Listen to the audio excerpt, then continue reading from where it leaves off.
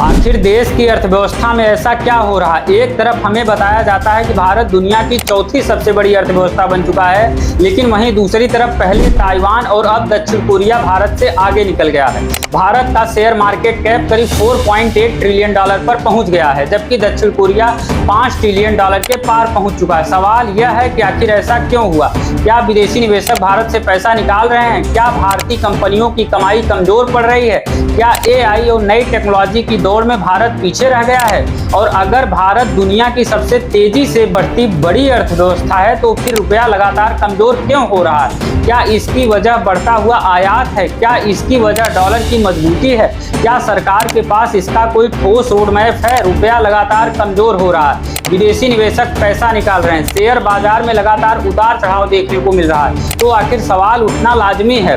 अगर सब कुछ इतना शानदार चल रहा है, तो फिर ये तस्वीरें लगातार क्यों दिखाई दे रही? आखिर गड़बड़ी कहां पर हो रही है? देखिए, भारत अभी भी जीडीपी के हिसाब से दुनिया की चौथी सबसे बड़ी अर्थव्यवस्था है, लेकिन शेयर बाजार की रैंकिंग में भारत फिसलकर 7वें स्थान पर पहुंच गया है। पहले ताइवान आगे निकला और अब दक्षिण कोरिया भी।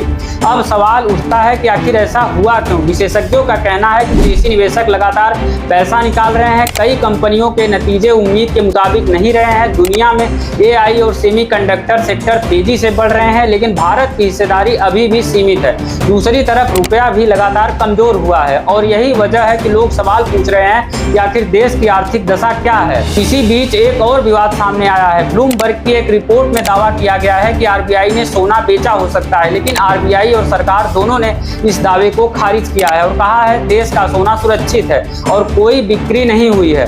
अब यहाँ सबसे बड़ा सवाल यह नहीं है कि किसकी बात सही है, किसकी बात गलत है। सबसे बड़ा सवाल यह है कि जनता को पूरी पारदर्शिता के साथ हर जानकारी मिलना चाहिए या नहीं? क्या सरकार की जवाबदेही तय नहीं होनी चाहिए? दूसरी तरफ रुपए की कमजोरी को लेकर लगातार सवाल उठ रहे हैं। आमतौर पर जिस देश की अर्थव्यवस्था तेजी से बढ़ती है, उसकी मुद्रा भी मजबूत मानी जाती है। क्या जनता को यह जानने का अधिकार नहीं है कि देश की अर्थव्यवस्था किस दिशा में जा रही है? क्योंकि अर्थव्यवस्था सिर्फ आंकड़ों का खेल नहीं है, इसका असर हमारी नौकरी पर पड़ता है, हमारी बचत पर पड़ता है, महंगाई पर पड़ता है और यहाँ तक कि सीधे हमारे जेब पर भी पड़ता है। इसीलिए सवाल पूछना गलत नहीं है, गलत तब होगा जब सवाल पूछना ही बंद कर दिया जाए। क्या सरकार को इन आर्थिक सवालों पर और ज्यादा पारदर्शिता और जवाबदेही नहीं दिखानी चाहिए?